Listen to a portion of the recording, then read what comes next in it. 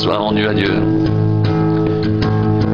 qui nous fait toujours triompher en Christ et qui répand par nous en tout lieu l'odeur de sa connaissance. Nous sommes en effet pour Dieu le parfum de Christ, parmi ceux qui sont sauvés et parmi ceux qui périssent. Aux uns une odeur de mort donnant la mort, aux autres une odeur de vie donnant la vie, et qui est suffisant pour ces choses. Car nous ne falsifions point la parole de Dieu comme font plusieurs, mais c'est avec sincérité, mais c'est de la part de Dieu que nous parlons en Christ devant Dieu.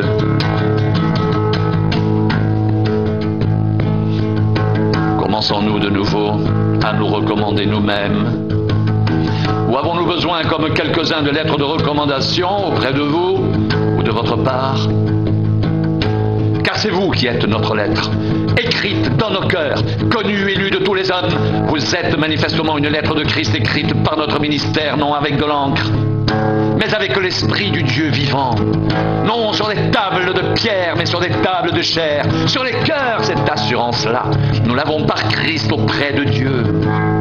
Ce n'est pas à dire que nous soyons par nous-mêmes capables de concevoir quelque chose comme venant de nous-mêmes.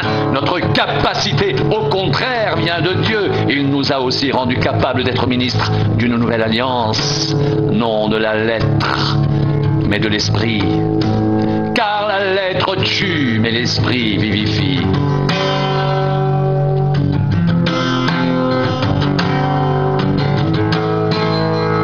Or, si le ministère de la mort gravé avec des lettres sur des pierres a été glorieux au point que les fils d'Israël ne pouvaient fixer les regards sur le visage de Moïse à cause de la gloire de son visage, bien que cette gloire ait été passagère, combien le ministère de l'Esprit ne sera-t-il pas plus glorieux? Si le ministère de la condamnation a été glorieux, le ministère de la justice est de beaucoup supérieur en gloire. Et sous ce rapport, ce qui a été glorieux ne l'a point été, à cause de cette gloire qui lui est supérieure en effet. Si ce qui était passager a été glorieux, ce qui est permanent est bien plus glorieux.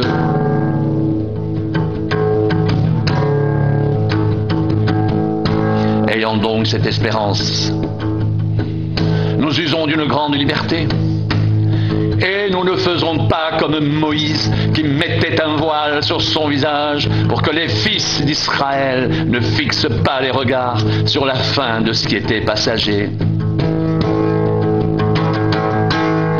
Mais ils sont devenus durs d'entendement. Car jusqu'à ce jour, le même voile demeure quand ils font la lecture de l'Ancien Testament. Et il ne se lève pas, parce que c'est en Christ qu'il disparaît. Jusqu'à ce jour, quand on lit Moïse, un voile est jeté sur leur cœur, mais lorsque les cœurs se convertissent au Seigneur, le voile est ôté. Or, le Seigneur, c'est l'Esprit, et là où est l'Esprit du Seigneur, là est la liberté. Nous tous, dont le visage découvert reflète la gloire du Seigneur, nous sommes transformés en la même image de gloire en gloire par l'Esprit du Seigneur. C'est pourquoi, ayant ce ministère, selon la miséricorde qui nous a été faite, nous ne perdons pas courage. Nous rejetons les choses honteuses qui se font en secret. Nous n'avons point une conduite astucieuse et nous n'altérons point la parole de Dieu, mais en publiant la vérité, nous nous recommandons à toute conscience d'homme devant Dieu. Si notre évangile est encore voilé, il est voilé pour ceux qui périssent, pour les incrédules, dont le Dieu de ce siècle a aveuglé l'intelligence, afin qu'ils ne voient pas briller la splendeur de l'évangile de la gloire de Christ, qui est l'image de Dieu.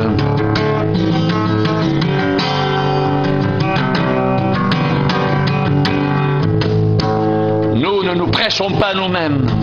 C'est Jésus-Christ le Seigneur que nous prêchons. Et nous nous disons vos serviteurs à cause de Jésus.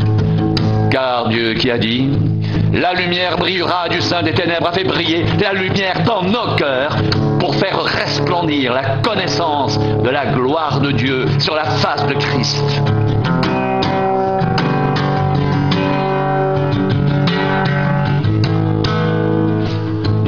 gardons ce trésor dans des vases de terre, afin que cette grande puissance soit attribuée à Dieu et non pas à nous. Nous sommes pressés de toute manière, mais non réduits à l'extrémité, dans la détresse, mais non dans le désespoir, persécutés, mais non abandonnés, abattus, mais non perdus, portant toujours avec nous dans notre corps la mort de Jésus, afin que la vie de Jésus soit aussi manifestée dans notre corps. Car nous qui vivons, nous sommes sans cesse livrés à la mort à cause de Jésus, afin que la vie de Jésus soit aussi manifestée dans notre chair mortelle. Ainsi la mort agit en nous et la vie agit en vous. Et comme nous avons le même esprit de foi qui est exprimé dans cette parole de l'Écriture, j'ai cru, c'est pourquoi j'ai parlé. Nous aussi nous croyons et c'est pour cela que nous parlons. Sachant que celui qui a ressuscité le Seigneur Jésus nous ressuscitera aussi avec Jésus et nous fera paraître avec vous en sa présence.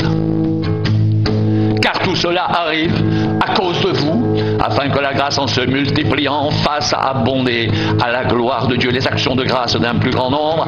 C'est pourquoi nous ne perdons pas courage, et même si notre homme extérieur se détruit, notre homme intérieur se renouvelle de jour en jour, car nos légères afflictions du moment présent produisent pour nous, au-delà de toute mesure, un poids éternel de gloire, parce que nous regardons non point aux choses visibles, mais à celles qui sont invisibles, car les choses visibles sont passagères et les invisibles sont éternelles.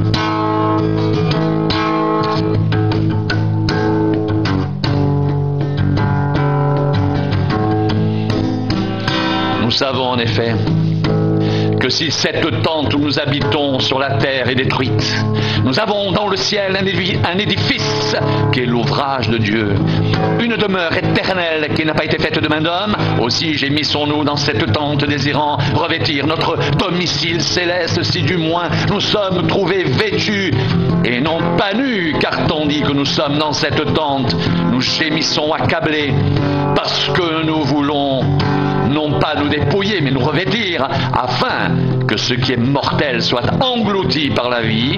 Et celui qui nous a formés pour cela, c'est Dieu, qui nous a donné les arts de l'esprit.